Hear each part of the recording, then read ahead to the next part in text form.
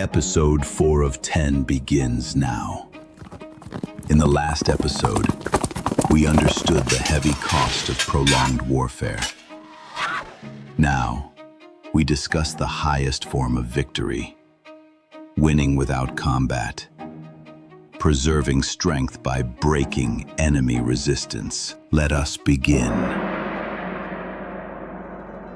You know, people hear my name, Sun Tzu, and they immediately think of, well, war, of battlefields and a clash of armies. But that's a fundamental misunderstanding. True mastery isn't found in the raw violence of a fight. It's found in the clarity of the mind. The greatest victory imaginable is the one that requires no battle at all. Let me show you what I mean. This right here, this is the heart of it all. To win every single battle you fight, sure, that sounds good, but it isn't true skill.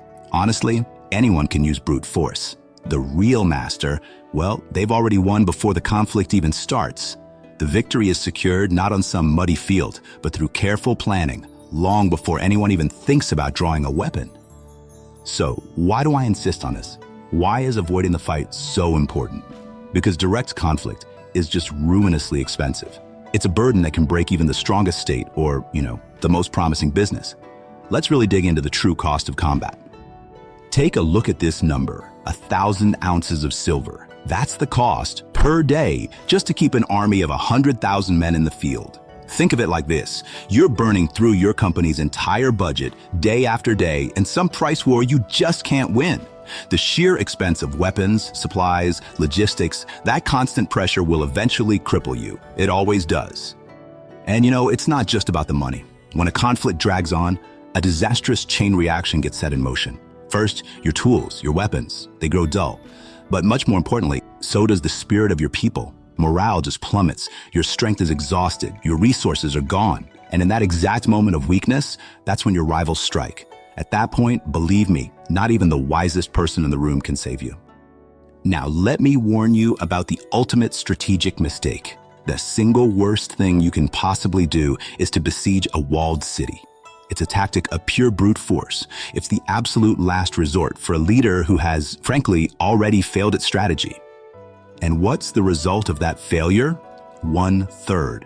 You will lose 1/3 of your own men in the assault. They will swarm the walls like ants, only to be cut down while the city remains untaken. It is a disastrous, and here's the key, an utterly avoidable outcome of impatience and poor planning. So, if direct fighting is such a folly, what is the proper method? Well, there is a ladder of strategy, a clear hierarchy that separates the amateur from the master. Let's climb it. Think about strategy in 4 levels, okay? At the very top, the highest form of generalship is to dismantle the enemy's plans before they can even get started. The next best? Break their alliances, isolate them. Far, far below that is attacking their army in the field. And then, at the very bottom, the absolute worst option is laying siege. The true master lives at the top of this ladder. The crucial point is this. Supreme excellence means winning the war before it's even fought.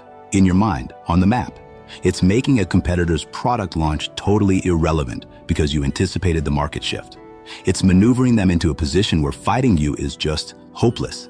That's how you capture their cities or their market share without a fight. And this is the goal of attacking by stratagem. The aim isn't just to win, it's to preserve, to take the enemy's country whole and intact. When you achieve this, your own forces are preserved and your triumph is absolute.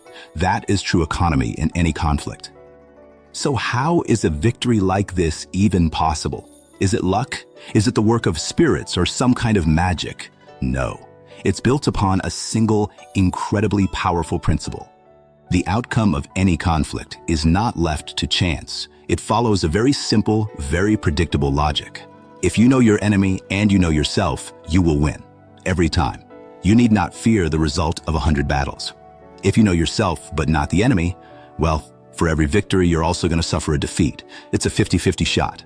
But if you know neither, then you are simply marching to your own defeat in every single battle. This foreknowledge is the key. It allows you to control success. You'll know when to fight and, just as importantly, when not to fight. You'll understand how to handle your forces, how to take an enemy unprepared, and you'll see exactly where their strengths and weaknesses lie. This is how you secure yourself against defeat. And then you simply wait, patiently, for the enemy to provide you with the opportunity for his own defeat. And they almost always do. All right, let's distill all of this down into one final, timeless truth. Remember this, above all else, the victorious strategist, they've already won in their mind. They only engage the enemy to formalize a victory that's already certain. But the one destined to defeat, he does it completely backwards. He fights first, and then starts looking for a path to victory. It's the reverse of the proper order. You see, true victory is not some dramatic, bloody spectacle. It's the quiet, inevitable result of superior preparation and insight. The clever fighter makes no mistakes, and in doing so, he conquers an enemy who has already defeated himself through his own errors and his own vulnerabilities. So now take this wisdom. It was never just about war. It's about your business, your career, your personal challenges. Before you enter your next conflict, whatever that may be, just stop and ask yourself this simple question. How can I win this before it even begins? That is the path to supreme excellence. Hold this truth close. In episode 5, we explore the power of foreknowledge, knowing yourself and your enemy. This has been another dispatch from the Dead Expert Society. The dead have spoken, but what say the living? Let us know below.